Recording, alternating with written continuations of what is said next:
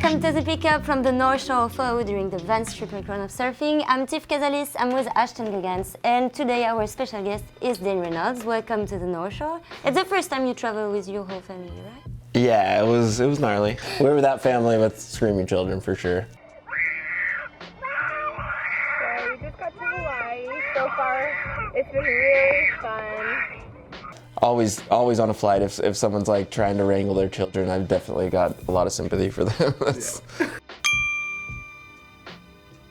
Saturday night at Aloha Beer Company in Honolulu, we'll get our first look at Pentecostal, Wade Goodall's film, starring the man to my left, as well as Harry Bryant and the rest of the Vans team.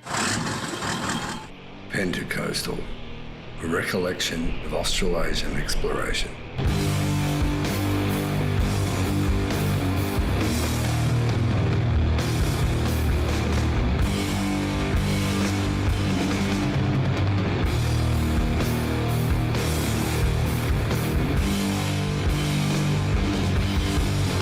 Film by Wade Goodall and Shane Fletcher, coming soon. Well, I think it's way more impactful to like go to an event to see a movie for the first time that it's being screened, or whether it's the first time it's being screened or the first time you're seeing it, and a lot cooler than watching it on a laptop in your bedroom.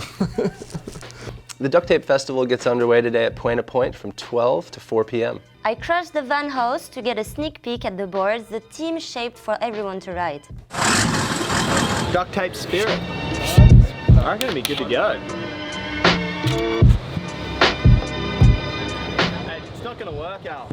Tell me about the Duct Tape Festival.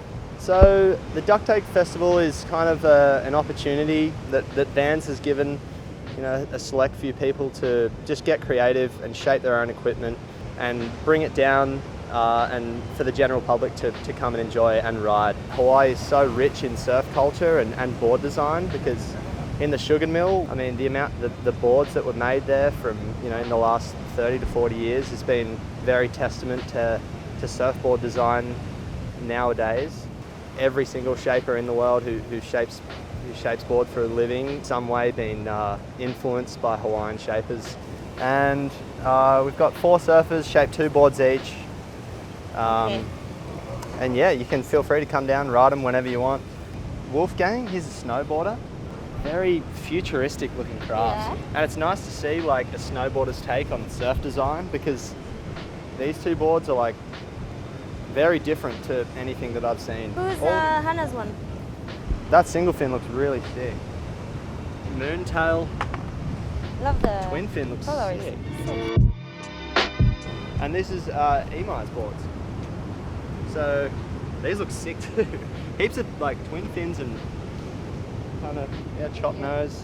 But I like riding boards that have a bit of character behind them, and I like just kind of feeling I just like riding weird surfboards that make you fucking trip out. December the 5th, Buena Point. I can't say that in Hawaiian pidgin. Sorry if I'm offending anyone. Buena Point. I can't help you.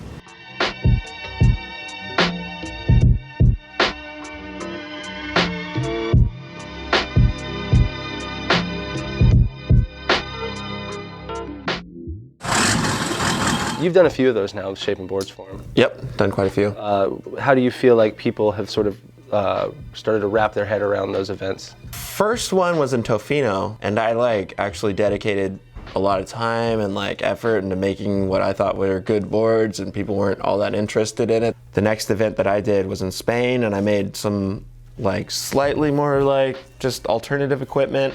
My buddy filmed me shaping for the last one, and he had a prompt, like an interview prompt, and he's like, are you thinking specific design features for the waves in mind? I'm like, Huntington. I was like started like and then like people are like, oh, this is inspiring. I'm like, please don't be inspired. It's not I mean, the guys at Vans were just like, finally someone understands the event. Like, the Vans World Cup of Surfing ended in spectacular fashion on Monday.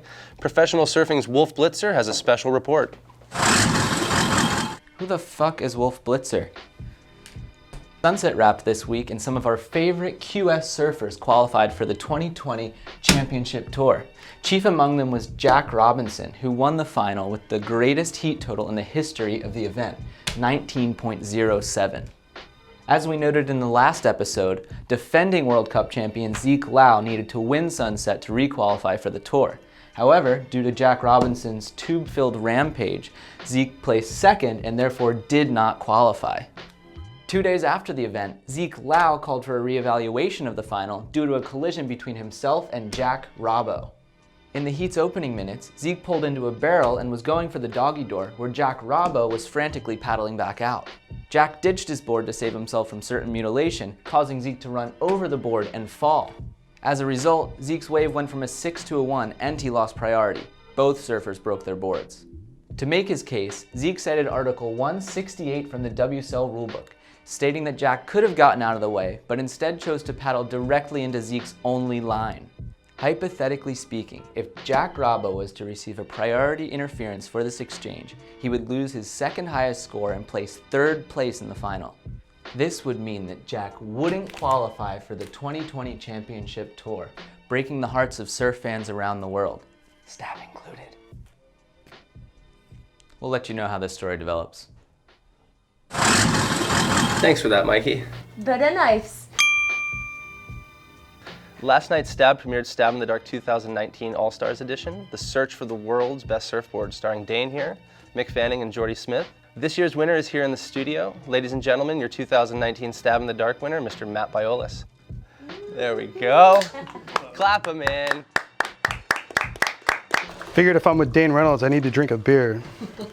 Please, sir. Thanks. Congratulations. For what? Dane, you've been a diehard Channel Islands lifer for a very long time. What is your experience with Mayhem's boards? I mean, mostly Stab in the Dark. I got a few boards from you, that was probably like 10 years ago now. It happens quick. Yeah, I kind of dug the new, more tubular, thick tip. What is it like for you building a quiver with these three identified surfers in mind? I don't know. The thing is I was in Australia when they finally pulled the trigger. So I just started going down to the factory in Currumbin and working with the team there. We got to make some Stab in the Dark boards. We got to do it right. How many boards do you shape before you settle upon the boards that you send to Stab in the Dark? I think maybe the big one, the Jordy one, we just did once. And I remember the middle one, which ended up being his. I know that one we did 2 or 3 times. And then maybe the 510, which was mixed, we maybe did once. But I think we made 5 or 6 boards to get 3. You have a fairly healthy competition with the guys who have won Stab in the Dark before, especially Paizel and Darren. Paizel was the first text I got congratulating. The Paizel this year was just bizarre, and I would actually like to spend some time on that board because it's really drivey but kind of wild. But sometimes those end up being the coolest boards if you spend a week on it in decent surf, and you're like, whoa, real straight rocker, foam forward, kind of felt like the wide point was forward.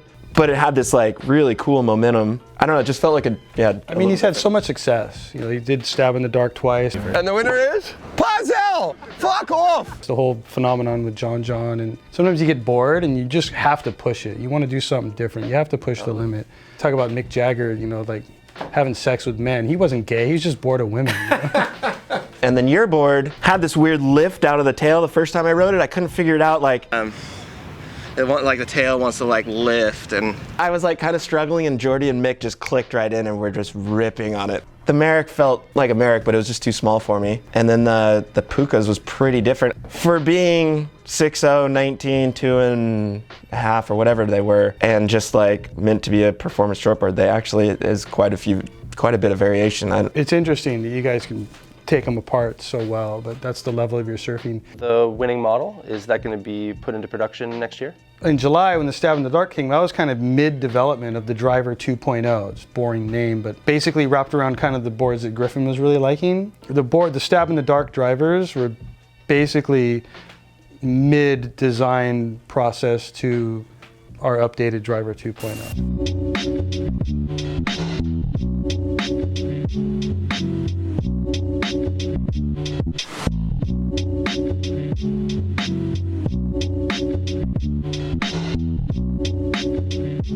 Let's step into kittens and lions now. Ashton.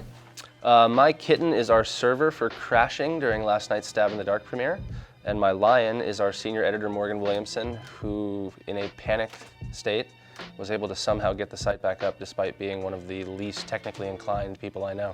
My kitten is missing the John barrel. I was in the backyard of the Vance house. I was distracted because preparing an interview, and I just heard like, "Whoa!" and turned back, and he just got a barrel, and I missed it. And my lion is Sunset Beach. It's the only wave that Kelly Slater hasn't dominated. I'm sorry, Kelly, I hope you're okay, but it's the best faceplant I've ever seen.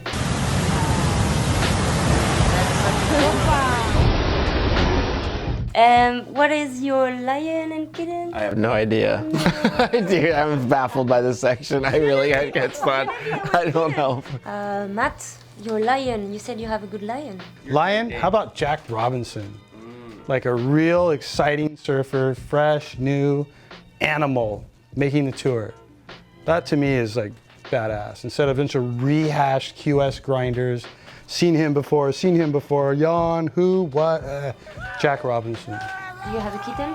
Do I have a kitten? Yeah, we have a kitten. My kitten is you guys, because you told me I had to put my beer in these cheesy little Who drinks beer in a coffee mug? Well, it's the end of this episode. Thank you guys for watching. Thank you, Matt and Dane, for having been here. Do you want to sign us off in this camera, Dane? Thanks for watching. I can't hear anything.